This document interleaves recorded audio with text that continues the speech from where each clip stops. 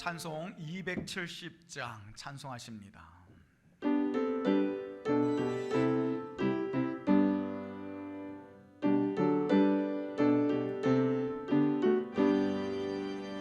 편찮는 주님의 사랑과 거룩한 보혈의 공로를 우리 다 찬양을 합시다.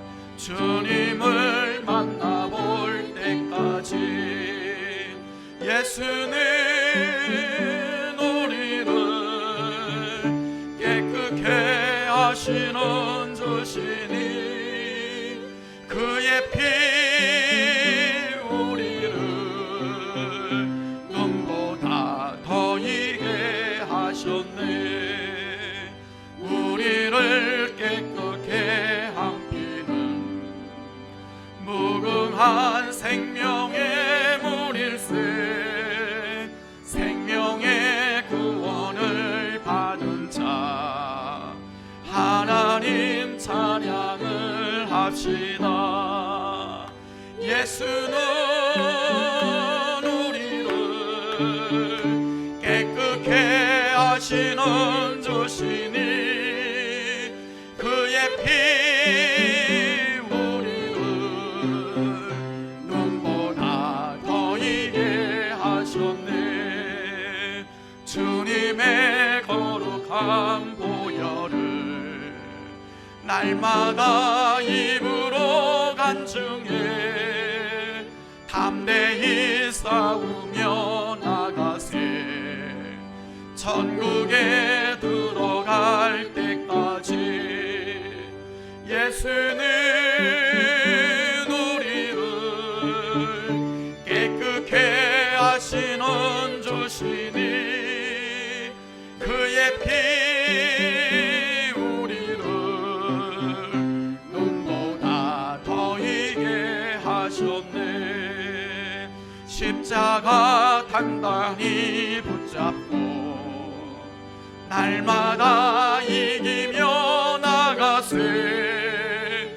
머리에 면류관 쓰고서 주 앞에 찬양할 때까지 예수는 우리를 깨끗게 하시는 주시니 그의 피 우리를 눈보다 더 이게 하셨네.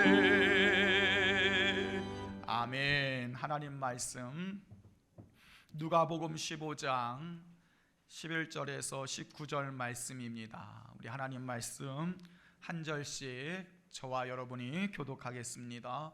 누가복음 15장 11절에서 19절 말씀입니다. 또 이르시되 어떤 사람에게 두 아들이 있는데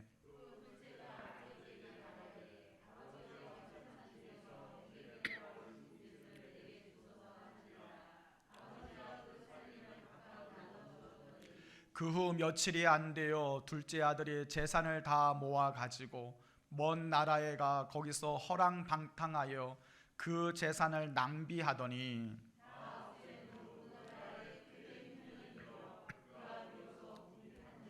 가서 그 나라 백성 중 한 사람에게 붙여 사니 그가 그를 들로 보내어 대지를 치게 하였는데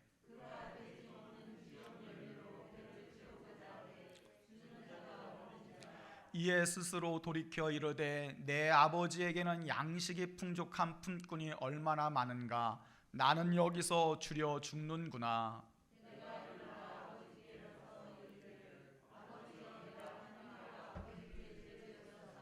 다 같이 지금부터는 아버지의 아들이라 일컬음을 감당하지 못하겠나이다. 나를 품꾼의 하나로 보소서 하리라 하고. 아멘.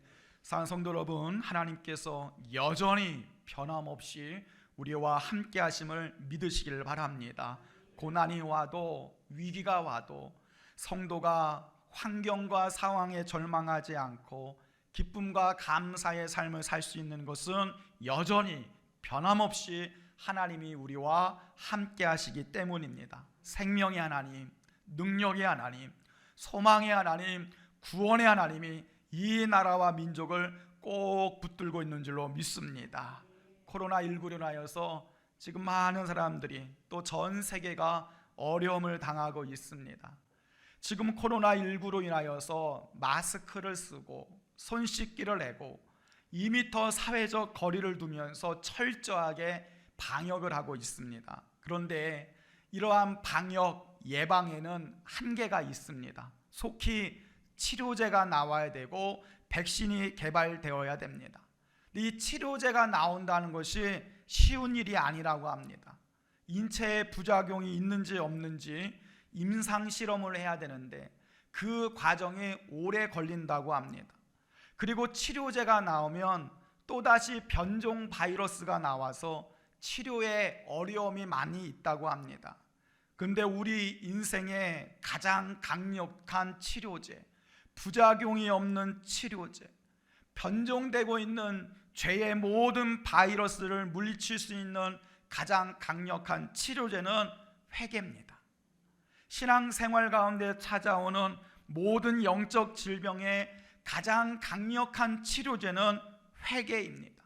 회개할 때 우리 인생의 모든 문제를 해결할 수 있고 하나님이 간섭하시고 하나님이 치료하시고 하나님이 역사하시어서 우리의 인생의 모든 문제를 해결받게 되는 줄로 믿습니다.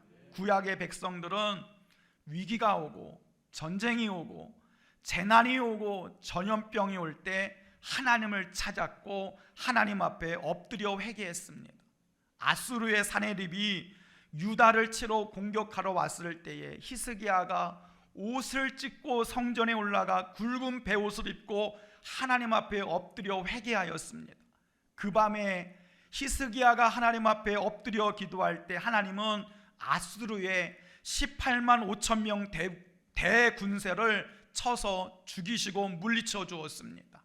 여호수아도 아이성 전투에서 패배하였을 때 하나님의 궤 앞에서 엎드려 회개하였고 다윗도 압살롬의 반란 앞에서 하나님 앞에 엎드려 회개하였고 모르드게도 유대 민족을 해치려는 하만의 음모를 깨닫고 굵은 베옷을 입고 하나님 앞에 대성통곡하였습니다. 그럴 때마다 하나님은 그들의 죄를 용서하셨고 위기와 환난 가운데서 그들을 건져내셨습니다.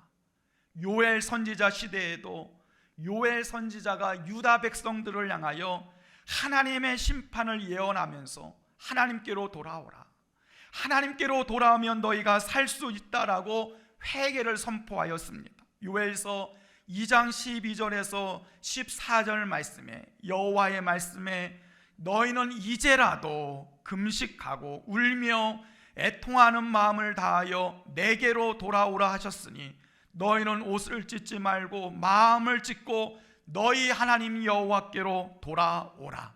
그는 은혜로우시고 자비로우시며 노하기를 더디하시며 인애가 크시사 뜻을 돌이키시고 그 뒤에 복을 내리시사 너희 하나님 여호와께 소제와 전제를 드리게 하지 아니하실는지 누가 알겠느냐. 회개하고 돌아올 때 하나님이 너희를 받아주시고 용서하시고 재앙을 거두어 가시고 다시 너희에게 복을 주리라 요엘 선지자가 선포하고 있습니다. 회개할 때 하나님이 우리를 건져주십니다. 지금은 우리가 회개할 때입니다. 세례 요한도 예수님의 오시는 길을 예비하기 위하여 그가 선포했던 메시지가 있습니다. 마태복음 3장 1절에서 2절 말씀에 보면 세례 요한의 선포의 메시지는 바로 회개하라 천국이 가까이 왔느니라. 예수님도 이 땅에 오셔서 가장 먼저 하신 설교, 예수님의 첫 번째 메시지는 마태복음 4장 17절에 회개하라 천국이 가까이 왔느니라. 오순절에 성령이 임하였습니다. 성령 받은 오순절 날에 그 다락방에 모인 이스라엘 백성들 가운데 베드로가 외쳐 선포했을 때에 베드로의 메시지 역시도 회개의 메시지였습니다. 그들이 하나님의 말씀을 받고 어찌할까 그들이 마음의 양심의 가책에 찔림을 받았을 때에 베드로가 이르되 회개하여 각각 예수의 이름으로 세례를 받고 죄 사함 받으라, 그리하면 성령의 선물을 받으리라 라고 베드로가 외치고 있습니다. 산성도 여러분, 회개한 자만이 죄 사함 받을 수 있고, 회개한 자 안에 성령이 역사하시고, 회개한 자만이 하나님의 나라를 경험할 수 있게 되어집니다. 회개하지 않으면 죄 사함이 없다는 것, 회개하지 않으면 성령을 경험할 수 없다는 거죠. 회개는 우리로 구원에 이르게 합니다. 고린도후서 7장 10절 말씀에 회개를 통하여 우리가 구원에 이른다라고 말씀하고 있습니다. 세상 일은 염려하고 걱정한다 해도 소용이 없지만 하나님의 뜻 가운데 염려하고 하나님의 뜻 가운데 후회할 때 구원에 이르게 하는, 회개에 이르게 한다라는 말씀이죠. 교회는 회개하게 하고 영혼들로 인하여 하나님을 만나게 하는 사명이 있습니다. 교회는 회개를 선포하고 하나님 나라 백성을 만드는 것이 교회의 본질적인 사명입니다. 그래서 우리 교회 안에 회개의 영이 임해야 되고, 우리 각자가 회개의 사건이 일어나야 됩니다. 계시록 2장 말씀에도 에베소 교회를 향하여 주님이 책망하십니다. 너의 처음 사랑을 버렸노라. 그러므로 회개하라. 너의 처음 행위를 가지라. 그리하지 아니하면, 회개하지 아니하면 내 촛대를 그 자리에서 옮기신다라는 말씀입니다. 여러분, 촛대를 옮긴다는 것이 무슨 말씀입니까? 하나님의 하시는 역사, 성령의 임재를 거두어 가신다는 거예요. 오늘 우리 교회 안에 회개하지 않고 교만하고 거짓된 신앙생활 속에 하나님은 하나님의 임재를 거두어 가시고 성령의 역사를 거두어 가시고 촛대를 거두어 가신다는 거죠. 그러므로 우리의 삶 가운데 회개가 필요합니다. 하나님이 촛대를 거두어 가지 않으시기 위하여 우리는 회개할 수 있어야 됩니다. 부흥이라는 것은 단지 교회의 성장만 이야기하는 것이 아닙니다. 진정한 교회의 부흥은 회개 운동이 일어나야 됩니다. 그 부흥을 일으켜서 영적 대각성 운동이라고 이야기합니다. 지금 한국 교회 안에, 지금 저와 여러분 심령 안에 영적 대각성이 일어나야 됩니다. 한국 교회 역사상 가장 큰 부흥이 일어났던 때가 있었습니다. 1903년 원산 대부흥 운동입니다. 이 1903년 원산에서 시작된 회개 운동이 1907년 평양 대부흥 운동으로 이어집니다. 이 평양 대부흥 운동은 영적 대각성 회개 운동이었습니다. 평양이 회개합니다. 사람들이 알코올 중독에서 벗어나고 도박 중독에서 벗어나고 그들의 방탕한 생활 속에서 벗어납니다. 술집이 문을 닫고 깡패가 회개하여 하나님께로 돌아옵니다. 그 부흥의 결과 한국의 소돔이라 불렸던 평양이 동방의 예루살렘으로 변화되어집니다. 한국교회 역사학자들은 한국교회가 일제의 탄압 속에서도 신앙을 지켜내고 나라의 독립을 지켜내고 6.25 전쟁 가운데서도 폐허 속에서도 나라를 새롭게 할 수 있었던 가장 큰 원동력이 바로 평양 대부흥 운동에 있었다라고 분석하고 있습니다. 영적 대각성이 일어났을 때, 회개 운동이 일어났을 때에 가정이 변화되어지고 한 도시가 변화되어지고 한 나라가 변화되어집니다. 지금 우리에게 가장 필요한 것, 이 나라를 살리고 우리의 신앙을 살릴 수 있는 것은 영적 대각성 회개 운동이 일어나야 됩니다. 금식 기도가 일어나야 되고 각자의 처소에서 하나님 앞에 무릎 꿇어야 되고 눈물로 대성통곡하며 회개할 수 있어야 됩니다. 그런데 너무 조용합니다. 한국교회가 너무 조용해요. 한국교회 성도들이 너무 조용합니다. 오늘 저 안에부터, 우리 교회부터 눈물로 회개하며 대성통곡하며 하나님 살려달라고 외칠 수 있는 회개 운동이 일어나기를 주님의 이름으로 간절히 기도합니다. 회개는 가장 강력한 치료제입니다. 회개할 때 하나님은 한 나라를 새롭게 하시고 한 개인의 역사를 바꾸어 주십니다. 그렇다면 회개란 우리에게 어떠한 의미가 있습니까? 회개를 알아야 회개할 수 있는데 회개라는 어떠한 의미가 있는 것입니까? 구약 성경에 보면 이 회개라는 단어를 두 가지 단어로 설명하고 있습니다. 첫 번째 단어가 나함이란 단어입니다. 나함. 이 단어의 뜻은 슬퍼하다, 위로하다, 한탄하다, 이러한 뜻이 있는데 깊이 한숨을 쉰다라는 의미가 있습니다. 여러분, 누군가가 어려움 당하면 우리가 같이 한숨 쉬면서 위로해 줍니다. 아유, 어쩐다고, 아이고 어쩌게 됐어, 정말 안 됐네, 큰일이네 라고 하면서 같이 한탄해주고 위로해주고 가슴 아파해주죠. 회개의 정서적인 표현이 바로 나함이라는 단어입니다. 또 다른 단어가 있어요. 슈브라는 단어입니다. 가던 길에서 멈추어서 다시 돌아간다라는 의미입니다. 이것은 의지적인 표현입니다. 죄의 길에서, 악한 길에서, 죽음의 길에서 돌아서서 하나님께로 돌아간다. 이것이 바로 슈브라는 단어입니다. 그리고 성경이 헬라어 신약성경으로 기록되어졌는데 이 신약성경에 기록된 헬라어로는 회개를 메타노에오라는 단어를 사용합니다. 이 메타라는 단어는 이후에, 노에오라는 단어는 깨닫다라는 의미가 있어요. 그래서 메타노에오라는 단어의 의미는 뉘우치고 깨닫고 돌이킨다라는 의미가 있습니다. 그러므로 성경적 의미에서 이 회개란 뉘우치고 깨닫고 아버지께로 돌아가는 것에 의미가 있습니다. 회개란 무엇이냐? 내 죄에 한탄하고 후회하고 뉘우치며 하나님께로 돌아가는 것이 회개입니다. 근데 우리가 알고 있는 회개의 의미와 성경적 의미의 회개가 좀 다르다는 것이 문제지죠. 이 회개의 단어가 후회할 회, 고칠 개자를 씁니다. 후회하다, 나함, 한탄하다, 그런 의미가 있죠. 근데 문제는 고칠 개, 이것이 성경적 의미와 좀 다른 의미의 회개입니다.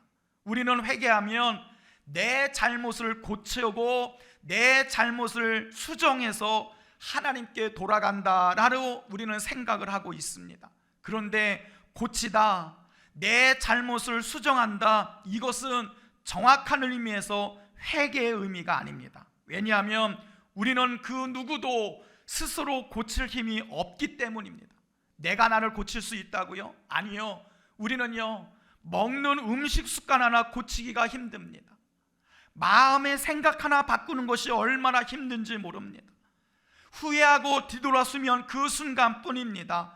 잘못했습니다라고 말하고 나서 또다시 나쁜 짓 하는 것이 우리의 모습이라는 거죠. 도박을 끊겠다고 손을 잘라버린 사람이 발가락 가지고 다시 화투장을 만지며 도박을 하는 것이 인간의 본성입니다. 거짓말 안 하겠다고 혓바닥 자르고 입을 테이프로 붙여도 또다시 거짓말하고 사기치는 것이 우리들의 모습입니다. 성경적 의미의 회개는 내 잘못을 고친다는 것이 아니라 하나님께로 돌아간다는 거예요. 그래서 정확한 의미는 회심이라고 말하는 것이 좀 더 신학적으로 정확한 의미입니다. 고친다라는 것이 아니라 우리는 그저 하나님께로 돌아가는 것입니다. 돌아가면 하나님이 고쳐주는 거예요. 내가 고치는 것이 아니라 하나님께로 돌아가면 하나님이 나를 새롭게 해주시는 겁니다. 그래서 이 회개의 의미를 예수님은 누가복음 오늘 본문 15장에서 탕자의 비유를 통하여 우리에게 회개를 가르쳐주고 있습니다. 한 아들이 있었습니다. 아버지의 재산을 물려받고 먼 이국 땅에 나아가 허랑방탕하게 재산을 다 탕진하였습니다. 아버지의 재산을 탕진하고 이제는 먹을 거리가 없어서 돼지를 치고 돼지가 먹는 쥐염 열매를 주워 먹으려고 하지만 먹을 양식이 없었습니다. 이러한 고통 가운데 탕자가 무엇이라고 이야기합니까? 17절 말씀에 이에 스스로 돌이키어, 이게 나함, 한탄하다, 후회한다, 가슴 아파한다는 의미가 있어요. 비로소 탕자가 자기 자신을 돌아보면서 후회하고 있는 거예요. 그리고 나서 탕자가 어떻게 이야기합니까? 20절 말씀에 이에 일어나서 아버지께로 돌아가니라. 이게 슈브, 아버지께로 돌아가는 것입니다. 이것이 바로 성경적 의미의 회개입니다. 지금 탕자는 자기의 잘못을 고쳐서 아버지께로 돌아가는 것이 아닙니다. 실패한 모습 그대로, 거짓골 그대로 아버지께로 돌아가는 거예요. 목욕 재개하고 수염 깎고 거지옷 버리고 성공하고 출세해서 아버지께로 돌아오라는 것이 아닙니다. 죄인의 모습 그대로, 연약한 모습 그대로, 실패한 모습 그대로 아버지께로 돌아오면 아버지 하나님이 끌어주시고 품어주시고 씻겨주시고 옷 입혀주시고 그를 새롭게 하시는 겁니다. 그래서 우리는 고쳐서 돌아가려고 하는 것이 아니라 그냥 있는 모습 그대로 하나님께로 돌아가면 하나님이 우리를 고쳐주십니다. 회개의 사건이란 무엇입니까? 내가 고쳐서 아버지께로 가는 것이 아닙니다. 그냥 있는 모습 그대로, 연약한 모습 그대로, 넘어진 모습 그대로 아버지께로 가면 아버지가 우리를 고쳐내시는 사건이 바로 회개의 사건입니다. 그런데 이 회개의 사건이 일어나기 위해서는 우리가 두 가지를 봐야 돼요. 두 가지. 첫 번째, 무엇을 보아야 되겠습니까? 내가 줄여 죽겠구나, 내 모습을 보아야 됩니다. 오늘 탕자가 내가 지금 줄여 죽겠구나, 자기의 비참함, 내 절망, 내 형편의 어려움을 깨닫고 내가 지금 줄여 죽겠구나, 자기 형편을 다시 보게 되어집니다. 상성도 여러분, 회개하기 위해서는 내 형편이 정직하게 보여야 됩니다. 근데 문제가 무엇입니까? 잘 먹고 잘 살고 힘이 있을 때에는 세상의 쾌락에 가려서, 세상의 즐거움에 가려서 내 형편이 보이지 않는다는 거예요. 돈 있고 여자 있고 술 있고 쾌락 있을 때는 내 자신이 보여지지 않는다는 거예요. 그런데 그것이 다 이루어져 가고 있고, 내가 지금 이 절망의 상황 속에 죽을 수밖에 없음을 깨닫게 되었을 때 비로소 회개할 수 있습니다. 우리는 매일매일 우리 영혼의 비참함을 보아야 됩니다. 우리 그렇게 잘난 존재 아니거든요. 내가 지금 얼마만큼 형편없는 존재인가를 깨달아야 됩니다. 내 영혼의 가난함을 봐야 되고, 내 안에 있는 숨겨진 추악함과 온갖 더러운 욕망과 죄악을 바라보면서 스스로 나탄 한숨 져야 돼요. 나에게는 소망이 없구나, 내 형편에 내가 절망하고 죽게 단 내 모습을 바라보아야 됩니다. 그래야 할 때 누가 보입니까? 바로 아버지가 보이는 거예요. 나는 지금 여기서 줄여 죽게 되었지만 내 아버지에게는 아버지가 생각나야 돼요. 그래, 아버지는 나를 용서하시고 나는 아버지의 아들이지. 역시 잘 먹고 잘 살 때는 세상의 즐거움에 가려 아버지가 보이지 않습니다. 모든 것을 잃어버리고 내 안에 절망뿐인 것밖에 없고 내 안에 소망이 없음을 깨달았을 때 비로소 아버지가 보이는 거예요. 그 탕자가 어떻게 합니까? 아버지에게로 돌아가는 거예요. 이게 바로 회개의 사건입니다. 그냥 돌아가는 거예요. 아버지의 사랑으로 돌아가는 거예요. 아버지의 품 안으로 들어가는 거예요. 아버지의 마음으로 돌아가는 거예요. 그것이 바로 회개입니다. 근데 탕자가 지금 아버지의 집으로 돌아갔다라고 말하지 않아요. 아버지에게로 돌아갔다라고 이야기합니다. 여러분, 아버지 집으로 가는 것과 아버지에게로 가는 것은 전혀 다른 이야기입니다. 오늘 많은 신앙인들이 아버지를 바라보지 못하고 아버지의 집을 바라보며 신앙생활하는 것이 문제입니다. 아버지 집에는 금은보화가 있거든요. 아버지 집에는 돈과 재산이 많거든요. 아버지 집에 가면 먹을 양식이 풍성하거든요. 그래서 많은 신앙인들이 아버지를 바라보지 못하고 여전히 아버지 집에 있는 금은보화를 바라보며 신앙생활하는 것이 우리의 문제입니다. 신앙인들이 구원받길 원하고 천국에 들어가길 원하지만 신앙인들의 마음 가운데 아버지의 사랑, 아버지의 마음이 없다는 게 문제라는 거예요. 아버지 집에만 관심이 있습니다.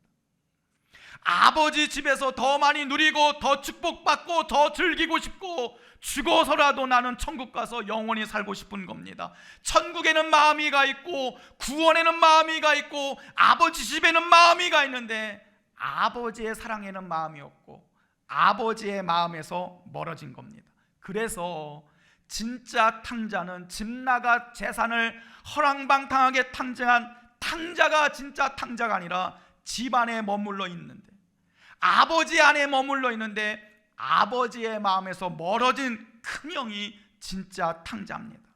왜 그렇습니까? 아버지 집에는 살고 있지만 아버지의 마음을 품지 않는 거예요. 이것을 어떻게 할 수 있느냐? 동생이 돌아왔을 때 아버지가 소를 잡아 잔치합니다. 이때 형의 마음이 저 소 내 건데 왜 아버지가 내 재산에 손을 대냐고 아버지에게 원망합니다. 큰아들은 아버지의 마음, 아버지의 사랑에 가까이 가지 않았습니다. 큰아들은 아버지의 돈, 아버지의 재산에만 관심이 있었습니다. 그래서 동생이 왔을 때 소 한 마리 주는 것이 아까웠던 거예요. 동생을 끌어안을 수 있는 마음이 없었던 거예요. 아버지 마음에는 눈꼽만치도 관심이 없었습니다. 그 탕자, 오늘 우리의 모습 아닙니까? 우리가 하나님의 교회에 머물러 있지만 여전히 은혜 받고 축복받는 것은 중요하게 여기지만 아버지의 마음이 어디 있는지, 아버지의 사랑이 어디 있는지, 우리는 신앙생활 가운데 아버지에게서 교회 안에 있지만 멀어져 가는 것이 우리의 모습 아니겠습니까? 그러므로 우리는 아버지께로 돌아가야 됩니다. 아버지의 마음, 아버지의 사랑 안으로 다시 돌아가야 됩니다. 이것이 회개입니다. 주님은 끊임없이 우리를 초청하죠. 병든 자여 내게 오라, 가난한 자여 내게 오라, 삶에 지친 영혼아 다 내게로 오라. 주님은 여전히 우리를 초청하고 있는데 왜 그렇게 우리 마음은 자꾸만 세상을 향하고 있고 하나님에게서 마음이 멀어지는지 모릅니다. 오늘 이 아침에 우리 하나님께로 다시 돌아가는 은혜의 아침 되시기를 바랍니다. 내가 내 허물을 빽빽한 구름같이 사라지게 하고 내 죄를 안개같이 없이 하리니 너희는 내게로 돌아오라. 내가 너를 구속하였음이니라. 하나님은 우리가 하나님께로만 돌아가면 용서해 주시겠다, 씻어 주시겠다, 고쳐 주시겠다, 살려 주시겠다, 건져 주시겠다 변함없이 약속하고 있습니다. 그래서 회개만이 가장 강력한 치료자가 되고 수천 수만 가지 문제가 올지라도 회개할 때 하나님이 우리를 살려주시고 우리를 고쳐주십니다. 그러면 회개할 때 우리 안에는 어떠한 일들이 일어납니까? 회개할 때 먼저 삶의 방향 전환이 일어납니다. 회개란 하나님께로 돌아가는 것이라고 말씀드렸죠. 회개란 무엇입니까? 내 삶의 방향 전환이 일어나는 거예요. 누가복음 12장에 보면 어리석은 부자 이야기가 나옵니다. 이 어리석은 부자는 평생 돈을 모았고 자기 집을 지었고 창고를 크게 지었고 곡식을 많이 쌓아두었습니다. 자기 배를 두드리면서 이제는 평안히 먹고 마시고 즐거워하자. 근데 주님은 뭐라고 하십니까? 그 부자를 향하여서 어리석은 자여, 이 어리석은 자여, 오늘 밤 내 영혼을 도로 찾으리니 그러면 네가 그동안 준비한 것이 누구의 것이 되겠느냐? 주님은 왜 부자를 향하여 지금 어리석다고 이야기합니까? 그의 삶의 방향 전환이 일어나지 않았다는 거예요. 그의 삶의 목적은 자기 배를 배불리는 것만 있었습니다. 물질을 많이 쌓아두고 평안히 먹고 마시고 즐거워하는 것이 그의 목적이었다는 거예요. 그래서 어리석다는 겁니다. 부자의 어리석음은 영혼에 관심이 없었습니다.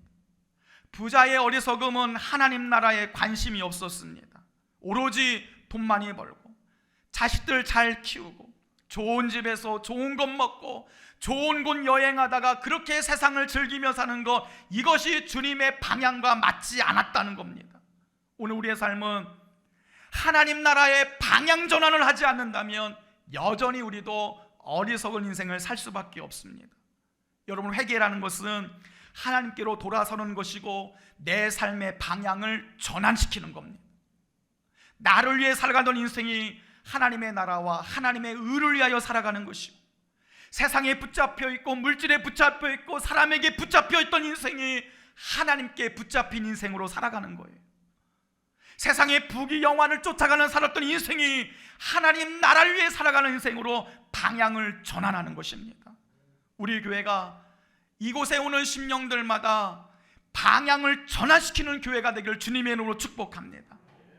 내 인생의 목적을 나의 즐거움과 세상의 즐거움을 위해 쫓아갔던 사람들로 인하여 하나님의 말씀을 전하고 회개하게 하여 주시어서 그들의 인생들마다 하나님 나라로 방향이 전환되어지는 회개의 역사들이 일어나기를 간절히 기도합니다. 두 번째, 회개의 사건을 통해 일어나는 것은 가치관의 변화가 찾아옵니다. 가치관의 변화, 성경적 가치관, 하늘의 가치관을 가지고 살아야 돼요.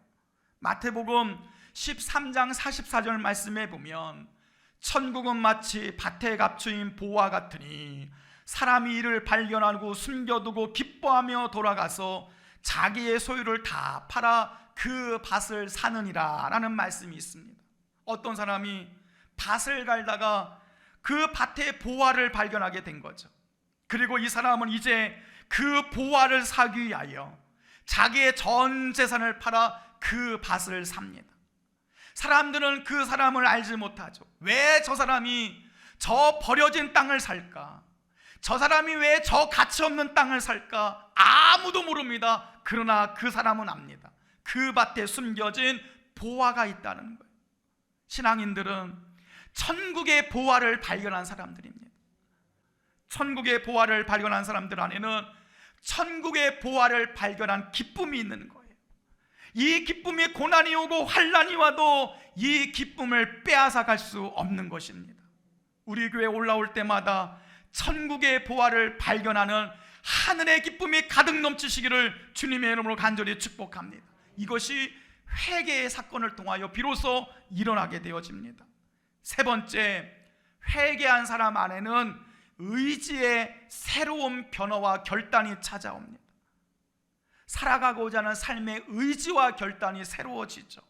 성경 인물 가운데 회개한 사람의 가장 큰 특징을 보여주는 사람이 바로 세리장 삭개오입니다. 이 삭개오는 로마 제국의 하수인처럼 세리장으로서 많은 부정한 재물을 축적하고 동족들에게 미움을 받던 인물이었습니다. 이 세리 삭개오에게 예수님이 찾아가십니다. 그리고 세리장 삭개오가 완전히 변화되어집니다. 어떻게 변화를 받았습니까? 누가복음 19장 8절 말씀에 보면 소유의 절반을 가난한 자들에게 주겠사오며 만일 누구에게 속여 빼앗은 일이 있으면 내 갑절을 갚겠나이다. 여러분, 평생 물질을 위해 쫓아갔던 삭개오가 예수님 만나고 나서 자기의 재산을 나누어 주길 시작합니다. 이게 회개입니다. 의지의 변화가 찾아왔고 삶의 결단의 변화가 찾아온 거예요. 회개는 눈물 쬐끔 한번 흘리는 것으로 끝나는 것이 아니라 이제는 내가 나를 위하여 살지 않고 주를 위하여 살겠노라. 내 의지가 새로워지고 삶의 목표가 새로워지고 내 결단이 새로워지는 것입니다. 근데 문제는 우리 스스로의 의지는 너무 약하다는 거예요. 우리는 매일 넘어집니다. 작심삼일로 끝납니다. 다이어트 해보겠다고 수없이 운동하겠다고 결단해보지만 운동하기가 게으르고 눈앞에 음식 앞에서 매일 우리의 의지가 무너질 때가 많습니다. 신앙생활도요, 내 의지 같다 하기 시작하면 지치고 피곤합니다. 그래서 우리 안에서 힘을 주시고 능력을 주시고 힘을 주시는 성령님을 의지하며 살아갈 수 있어야 됩니다. 성령님이 우리에게 죄를 이길 수 있는 힘을 주고 말씀대로 살아갈 수 있는 지혜와 능력을 줍니다. 그래서 성령이 내 안에 들어올 때에 하나님을 위해 살아갈 수 있습니다. 그래서 회개라는 것이 무엇이냐? 회개란 내 삶의 주인이 달라지는 거예요. 이전에는 내 힘 가지고 살았다면 이제는 주님이 내 안에 힘을 주시고 용기를 주시고 능력을 주십니다. 또한 찰스 피니는 이렇게 이야기합니다. 회개는 나의 의지와 느낌과 삶을 하나님께 맞추어 바꾸는 것, 내 중심에서 살던 삶을 하나님 중심으로 바꾸면서 이제는 하나님의 뜻 가운데 살아가는 것이 회개입니다. 회개는 세상을 향하던 마음을 하나님께로 돌리고 하나님을 사랑하는 일에 전심전력을 다하는 거예요. 그래서 우리는 매일같이 회개해야 됩니다. 매일 하나님을 사랑해야 되고, 매일 하나님을 의지해야 되고, 매일 내 삶의 주인으로 하나님을 모셔드려야 됩니다. 이것이 바로 회개의 사건입니다. 마지막으로 회개는 우리의 영혼의 상태가 변화되는 것이 회개입니다. 여러분, 우리의 영혼이 새롭게 변화되는 사건이 일어나야 됩니다. 영과 마음이 새로워져야 돼요. 하나님 마음에 합했던 위대한 왕 다윗이 있었죠. 성경은 이 다윗의 위대함만 이야기한 것이 아니라 다윗 안에 있는 부끄러운 죄, 그의 연약함과 허물도 기록합니다. 어떠한 사건이었습니까? 밧세바와의 간음 사건을 통하여 아이가 임신하였을 때에 아이를 숨기기 위하여, 자기의 간음 사건을 숨기기 위하여 우리아를 전쟁터로 보냅니다. 다윗은 자기의 간음 죄를 숨기기 위하여 음모를 꾸몄고 살인까지 한 죄인이었습니다. 그때 나단 선지자가 와서 다윗을 책망하고 자기의 죄를 깨닫습니다. 그때 다윗이 침상에 눈물을 적시며 기도하기를 이렇게 기도합니다. 시편 51편에 다윗은 주의 얼굴을 내 죄에서 돌이키시고 내 모든 죄악을 지워 주옵소서. 하나님이여, 내 속에 정한 마음을 창조하시고 내 안에 정직한 영을 새롭게 하여 주옵소서. 여러분, 이것이 회개입니다. 회개는 내 안에 정한 마음이 창조되어지고 내 안에 정직한 영이 새롭게 되는 것이 회개입니다. 회개는 내 안에 새로운 창조의 사건이 일어나는 거예요. 벽지 조금 바꿔버리고 조명 조금 갈아버리고 조금 수리하는 게 아니에요.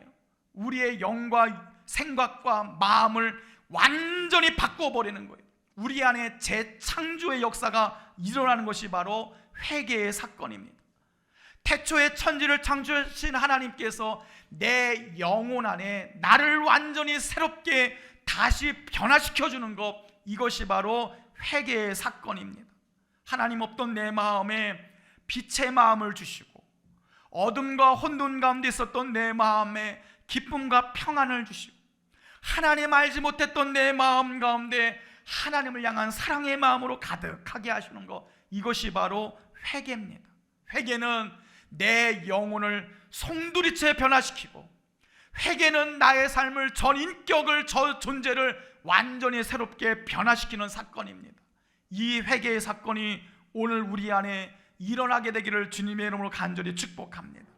회개할 때, 하나님께로 돌아갈 때 하나님이 우리를 씻어주시고 하나님과의 관계를 회복시켜 주시고 죽을 수밖에 없었던 나, 소망이 없었던 나를 하늘의 평안으로 완전히 새롭게 우리를 재창조하여 주십니다. 그래서 지금 우리에게 필요한 것이 회개입니다. 회개는 우리의 삶을 변화시키시는 가장 강력한 치료제가 됩니다. 우리는 지금 깨달아야 됩니다. 이 작은 바이러스 하나에 항공이 마비가 되고 올림픽이 연기가 되고 세계 경제가 마비가 되고 그렇게 콧대 높았던 강대국들도 지금 속수무책국입니다. 우리는 깨달아야 됩니다.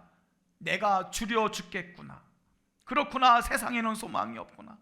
이대로 살다가는 우리는 결국 죽는구나. 우리는 속히 깨달아야 되고 아버지 하나님을 바라보아야 됩니다. 그래, 하나님께로 가면 하나님은 국률이 풍성하신 하나님, 은혜와 자비가 풍성하신 하나님, 하나님께로 돌아가면 하나님이 살려주신다. 지금 이 나라는 하나님께로 돌아가야 됩니다.